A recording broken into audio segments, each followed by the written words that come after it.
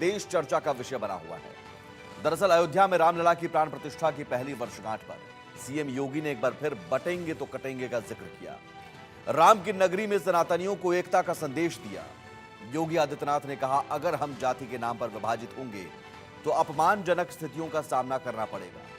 हम कमजोर होंगे तो इसका खामियाजा हमारे पूज्य धर्मस्थलों को भुगतना होगा, बहन बेटियों को भुगतना होगा। साफ है, योगी सनातनियों को एकजुट रहने का संदेश दे रहे हैं, लेकिन विरोधी योगी के बयान पर सवाल खड़े कर रहे हैं। मिल्कीपुर उपचुनाव से पहले ध्रुवीकरण का एजेंडा सेट करने का आरोप मढ़ रहे हैं। हालांकि अब सवाल है कि अगर योगी समाज को एकजुट रहने का संदेश दे रहे हैं तो दिक्कत क्या है, और सवाल यह भी कि क्या अयोध्या के मिल्कीपुर में उपचुनाव है, इसलिए योगी के बयान पर सियासत हो रही है। आज इसी मुद्दे पर करेंगे चर्चा, लेकिन इससे पहले सुनिए सीएम योगी ने कैसे सनातनियों को एकजुट रहने का एक बार फिर से संदेश दिया। किन कारणों से, वे कौन सी परिस्थितियां थी कि समाज बटा हुआ था और हमारे पूज्य आराध्य देव स्थल अपमानित हो रहे थे।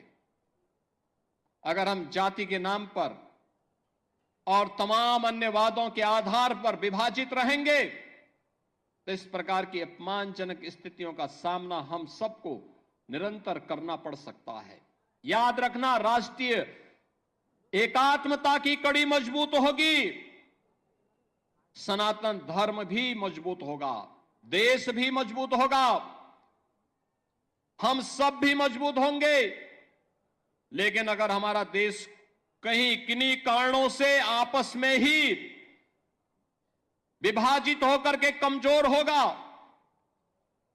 जातीयता की खाइयां चौड़ी होंगी, क्षेत्र और भाषाई आधार पर हम विभाजित होंगे, तो इसका खामियाजा सबसे पहले हमारे पूज्य धर्म स्थलों को ही भुगतना पड़ेगा, बहन और बेटियों को ही भुगतना पड़ेगा। याद रखना, सत्य को अधिक दिनों तक कोई धुंधला करके नहीं रख सकता है।